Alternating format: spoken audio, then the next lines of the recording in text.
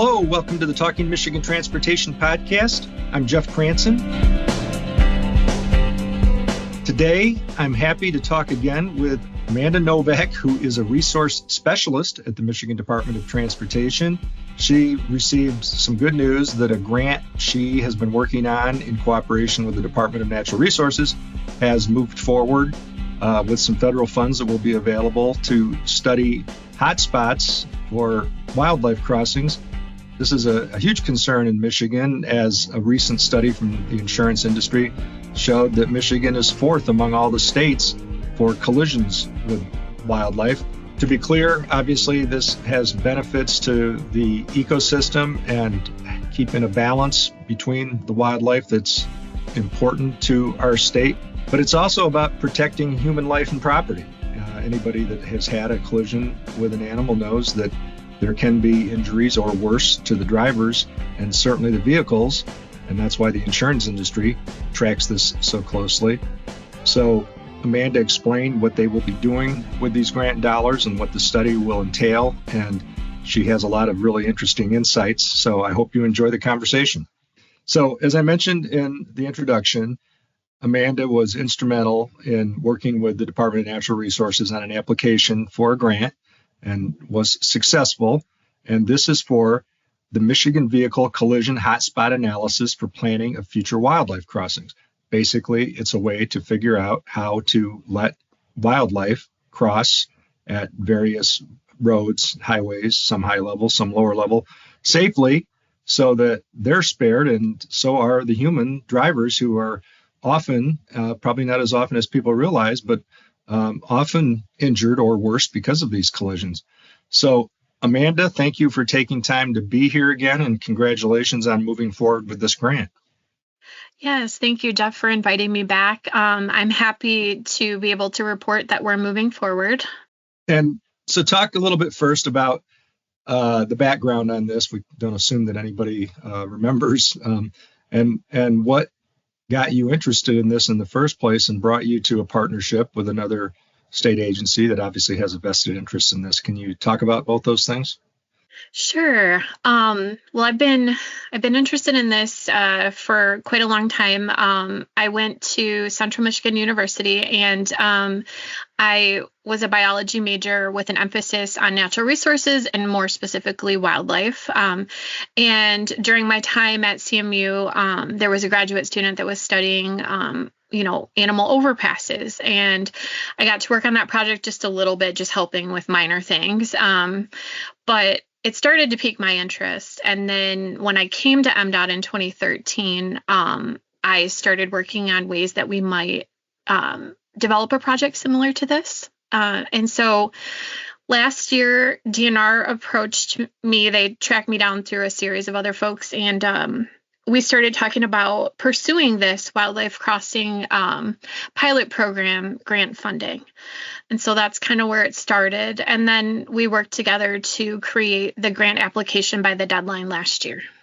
So I spoke previously, as you probably recall, with Tim Johnson, who works on landscape connectivity for the Yellowstone to Yukon Conservation Initiative. It's known as Y2Y, and It's been very successful in both some Western states and Western provinces of Canada in making a significant dent in these collision numbers. But a big driving force for them and for Parks Canada was a mandate, for ecological balance.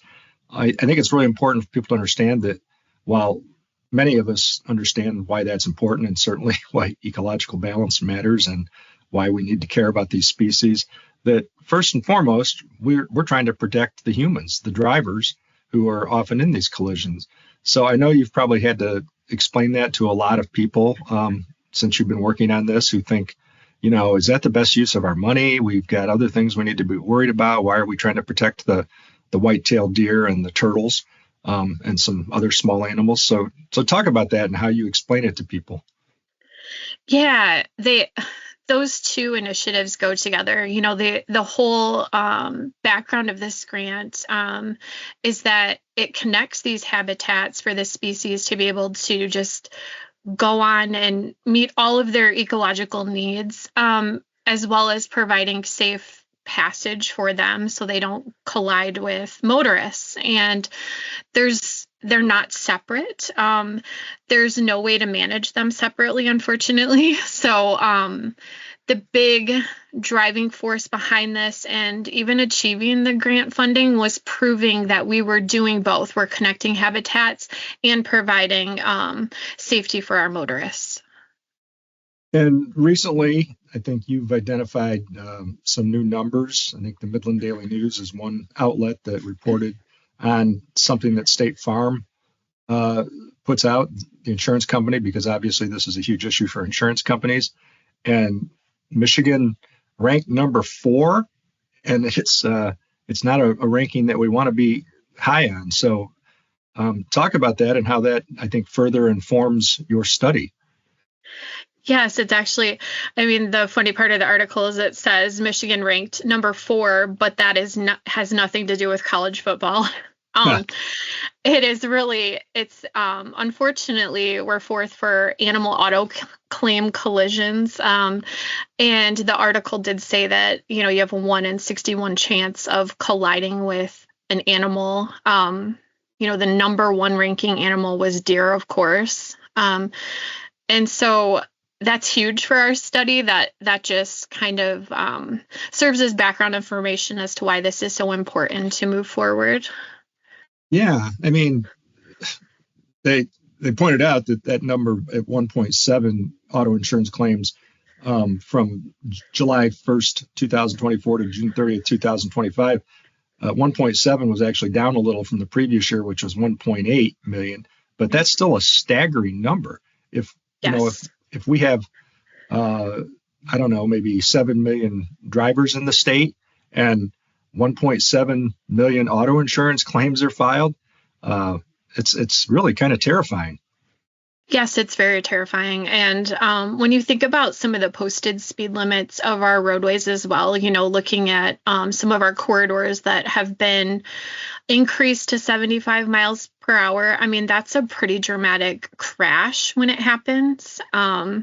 So it's definitely an issue for our motorists, both financially and safety-wise. Yeah, so let's talk about, now that the grant has moved forward, the federal government has given full approval, and you're working on, you've got obligation. So it means that pretty soon, I would assume sometime next year, you and the team at the DNR can start really getting into this. What will that entail? What are the next steps? The next steps, I met with purchasing, and so we're gonna look at the best way to put request for proposal out, what our contracting options are, and probably in conjunction with that, I'll start working with DNR on that scope, what that looks like. We have a lot of that already included in the grant application, so it'll just be expanding on some of those items a little bit more. And then hopefully we'll be putting out an RFP maybe early in 2026. And then once talk about that process, the request for proposals, RFP, all government agencies talk in those terms, but break it down a little more and what you expect to happen from there. We'll be putting together all of the documentation of what the project will entail. And some of that will be between MDOT and DNR. We'll be gathering a lot of background information that will be provided to the entity that gets, the grant or the contract awarded. And so we'll be working through those things kind of together. But that'll go out to bid. And that's the part we're kind of unsure about right now, is how that will look. But that'll go out to bid. And then once we get someone on board, then we'll be able to really start working on the project. So what have you learned? I mentioned that Y2Y project in the West, but obviously several other states. I noticed that Missouri, Texas, West Virginia, Pennsylvania were all high on that list you referenced from the State Farm report. What have you learned from them about what can be successful and what we might be able to hope for? I have learned a lot from the other DOTs, which has been really exciting because we won't be starting from scratch, which is great. I have learned that retrofitting existing structures is pretty critical to getting things done a little quicker. I've learned a lot of the do's and don'ts if we do end up going forward with any kind of overpass projects, what that looks like. They have a lot of background information on what's worked and what hasn't with other various mitigation measures used in fencing areas and things like that. So there's a lot of great information out there that we can use once we get these hot spots identified. Please stay tuned. We'll be back with more Talking Michigan Transportation right after this. Oh, look at those beautiful wildflowers along the road. Aren't they pretty? Check out that classic car. You don't see many of those anymore. Wow, look at that cable median barrier. What? You mean that wire guardrail in the middle of the road? Exactly. Aren't they gorgeous? Not exactly. They were put there to prevent crossover head-on crashes, which are some of the most deadly type of freeway crashes. And they're really effective, reducing those types of incidents by 90%. That's a lot of lives that have been saved. Huh. I guess I never really looked at them like that. I prefer the wildflowers. But I'm seeing those median cable barriers in a whole new light. So I know that from discussions with what they've done in Alberta, the folks working on this for Y2Y and Parks Canada figured out that the best thing to do early on was create some fences that funneled the animals to some underpasses. They had sand at the crossing points, and they used cameras to record the footprints and basically figure out and measure, what species were using them and how it was working. And then they advanced to actually building some overpasses too. So when you talk about, retrofitting some existing infrastructure, talk more about what that means. We would be utilizing potentially like large culverts underneath the roadway. A lot of those culverts are designed, they're basically over designed because they're created to meet very high storm events now, as changes happen with weather patterns and things like that. We're kind of over designing things to meet the worst case scenario. And so we'll just be retrofitting some of those to enhance certain animals to cross in those locations. And you've found that has worked in some other states, that they'll actually use those very large. I mean, how large are we talking about? Like 12 foot? I don't know in every case.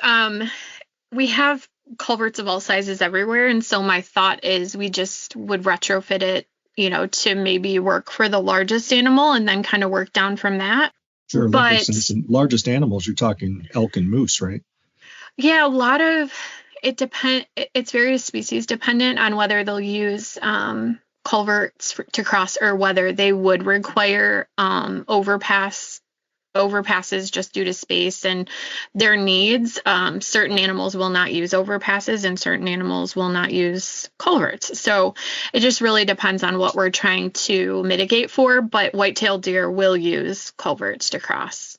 Have you seen, I haven't researched this recently, but what we're finding in the northern lower peninsula and the upper peninsula with black bear and collisions in roadways? That was in our grant application a little bit. DNR had a map shown in there, and it's showing that they're dispersing. So they're spreading out across the state, and they're existing in places that they weren't before.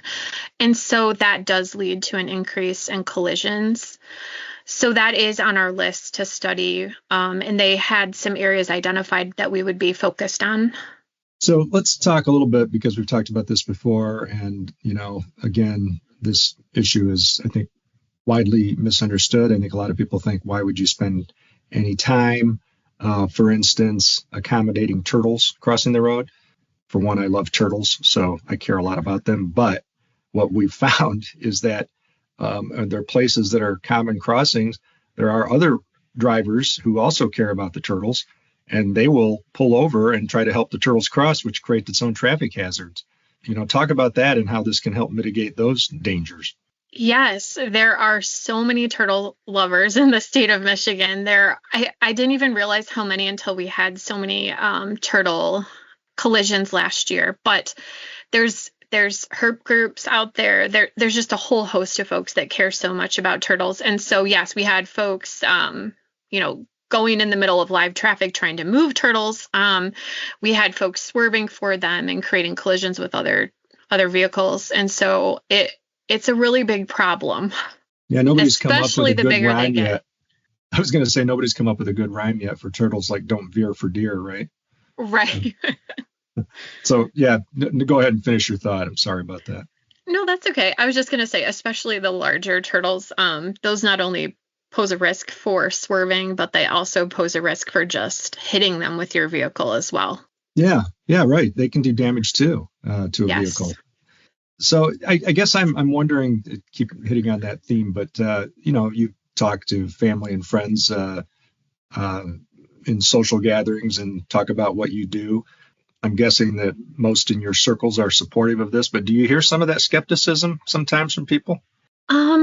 Not so much in my circle. Of course I do at times from even other MDOT staff who don't fully understand what this effort entails. But generally speaking, after we talk about it and I explain kind of the background and where we're headed, it's more favorable. But a lot of folks I talk with are just pretty excited about this effort. And a lot of folks are also really excited to think that you might, drive a section of Michigan roadway where you aren't afraid that deer are going to jump out in front of you. Right, exactly. And we're getting to that time of year now. It's almost October, and we know how active the deer become in the fall, especially in the mornings and the evenings. Are you confident? I guess what's your pie in the sky, your best outcome, your dream for when we could actually be doing something with infrastructure based on what you find in this exploration? Well, this grant is supposed to wrap up the end of 2028. My hope is it would be done prior to that, but I'm really not sure how long this will take. But we do have some other pilot projects going on. I don't know if you wanted to talk about those at all, or Yeah, sure. Okay. DNR is the grant recipient of the Transportation Alternatives Program grants. They've gotten 2 pilot projects funded. One is turtle fencing on US 127, where we had talked about previously, where we had all the turtle hits. And the other one is exclusionary fencing on I-69, where we have some high crash numbers with white-tailed deer at posted speed limits of 75 miles an hour. So it's detrimental to traffic. And every time we've been out there laying the project out and whatnot, there's been deer standing right by the edge of the roadway. So it's a good location. They're kind of looking at you, wondering what you're doing.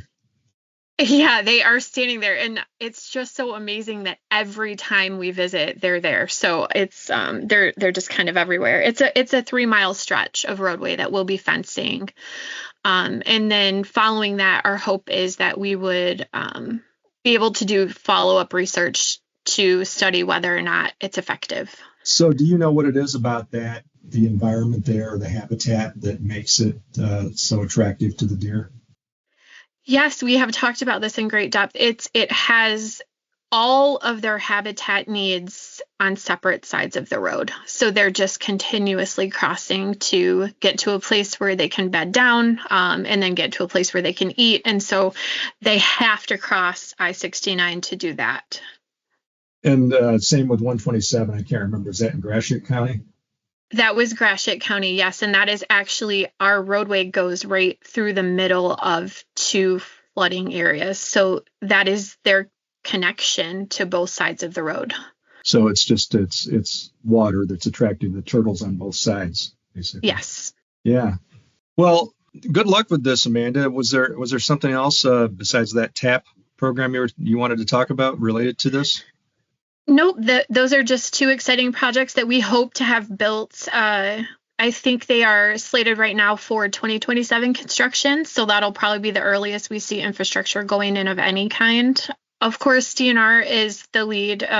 It's their funding, but MDOT will do the design work and oversight. So it's an amazing partnership. So I guess that'd be the last thing I want to highlight is just the amazing partnership between both agencies on this.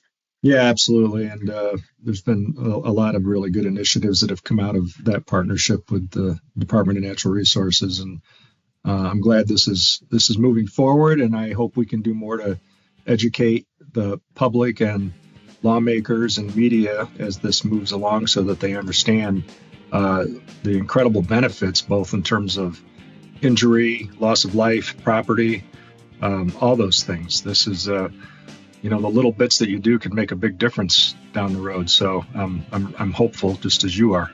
Yes, it's an amazing opportunity, and we greatly appreciate you highlighting this, Jeff. Well, thank you, Amanda. Thank you. I'd like to thank you once more for tuning in to Talking Michigan Transportation. You can find show notes and more on Apple Podcasts or Buzzsprout.